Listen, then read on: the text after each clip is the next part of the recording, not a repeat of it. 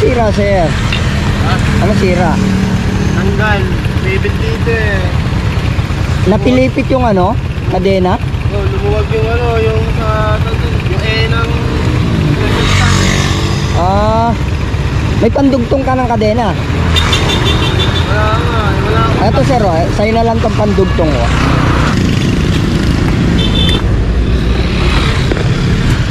Eto sir, oh. Saan ka ba papunta? Papasok ka sa trabaho? Dito ako sa dito. Eto, may pandugtong ako rito.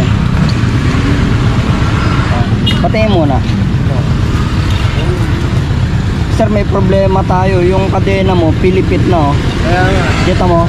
Pag ikinabit natin to, sir, bibitik lang ulit. matatanggal lang ulit. Bibitik na lang. Kagaya na to, tingnan mo, nabiyak yung kaha dahil pumalas yung kadena. Anong size tong kadena mo? 428 yan, bossing. Ganito sir, hintayin mo ako rito, ibibili kita ng kadena. Huwag kang mag-alala, sagot ko na lahat. Para lang makapasok ka. Yan, sir. 428.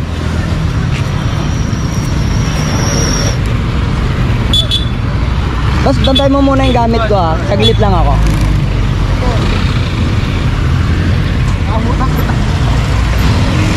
Ito sir oh. Sige, i-rescue ko muna kasi papasok sa trabaho na putulan ng kadena eh. Ibibili ko.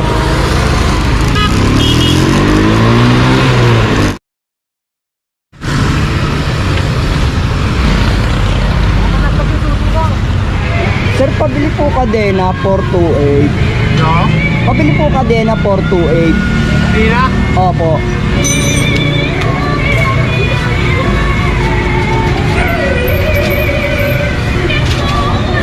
Parang gusto motor mo? Hindi, may re-rescue kasi ako ron, naputulan ng kadena. Papasok sa trabaho. Hindi makaalis. Tama to. Magkano to, sir? Ibigyo sa 350 yan. 350.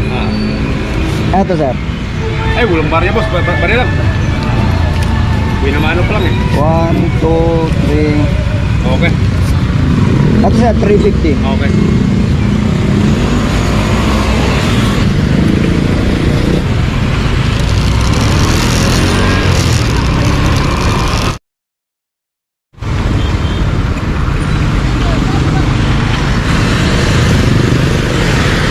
Eto, sir, oh.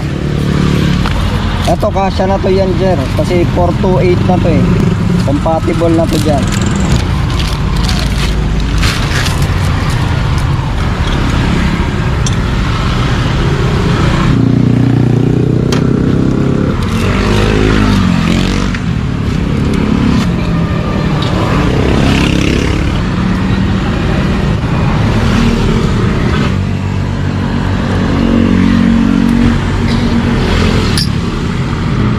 Okay.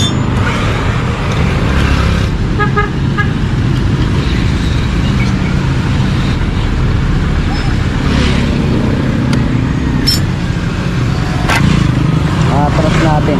Maluwag eh. Ahatakin natin.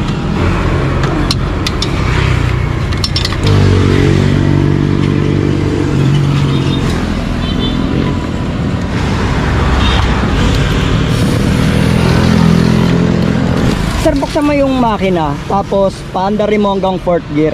Titingnan natin kung kakalat. Yan, tapos ilagay mo sa 4th gear.